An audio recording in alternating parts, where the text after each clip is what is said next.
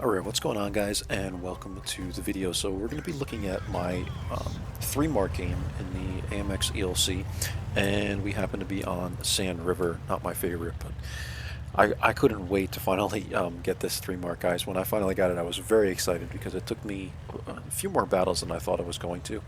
Um, I would get up to 94%, and then I would go back down again, get up to 94%, go back down again. It just took one bad game, and then I was back down again, and that's usually what it's like getting 3 marks. But for me, tier 5, it should be rather easy.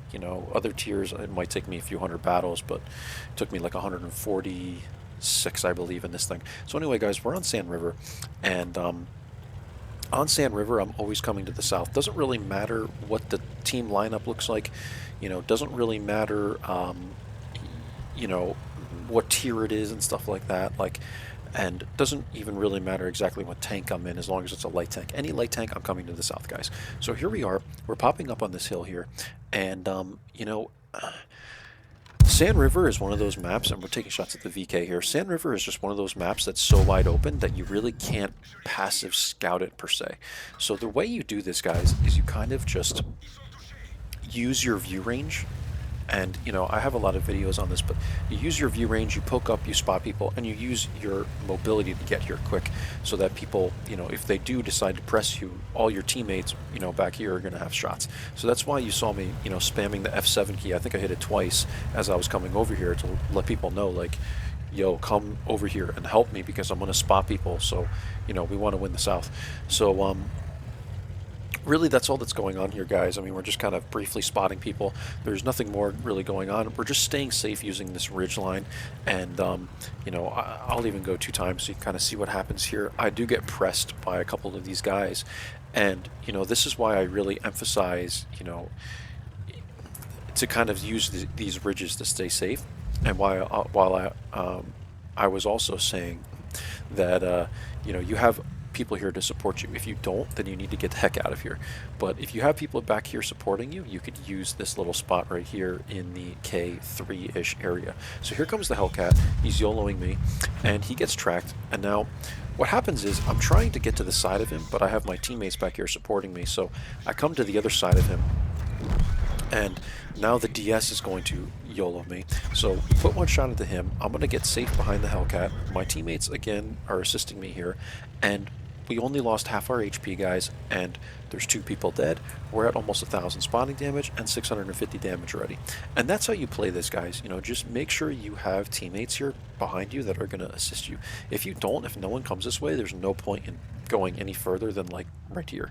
And oftentimes what happens is, if I don't have teammates back here, we end up losing the South easily. We lose the game. So that's why I always like to come here, guys, and I always like to say to people, like, I hit F7 like twice, and to really get people to be aware that I'm going over to the K4, K3 area, right? So that's about it, guys, for that, really. I mean, I've talked about this in other videos about Sand River, and there's nothing more to it than that. We're just going to go fast forward, guys, as this game kind of comes to a close here. And this is kind of how you can. I do make a mistake when I come up here against the VK, and I end up dying. But this is kind of how you're going to do it, guys. You're just poking ridges all the time. Just poke the ridges and use them to your advantage. I get one shot in here, and I didn't realize that this ridge line wasn't quite enough for me to get back down.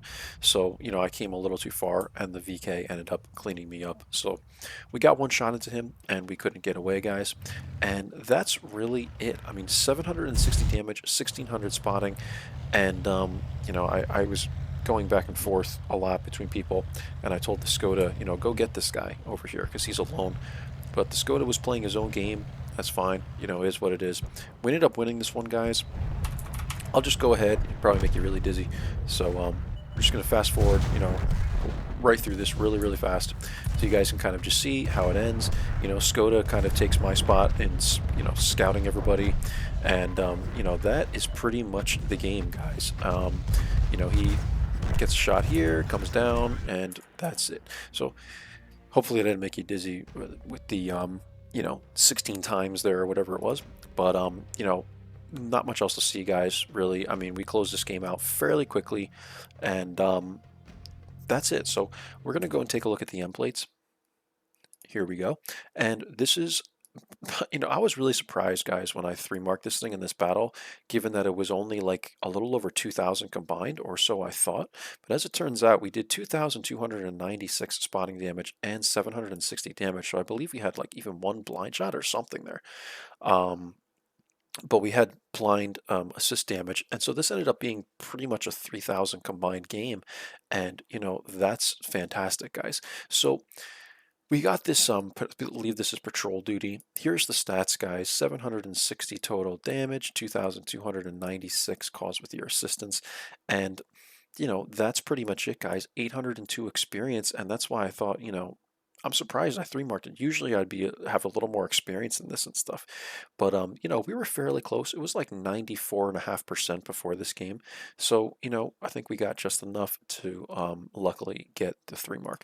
So here you go. We lost 20K because I was running, the concealment thing and food, but I think I had a couple of these in the garage. So, you know, luckily I didn't have to pay the extra 20K for that.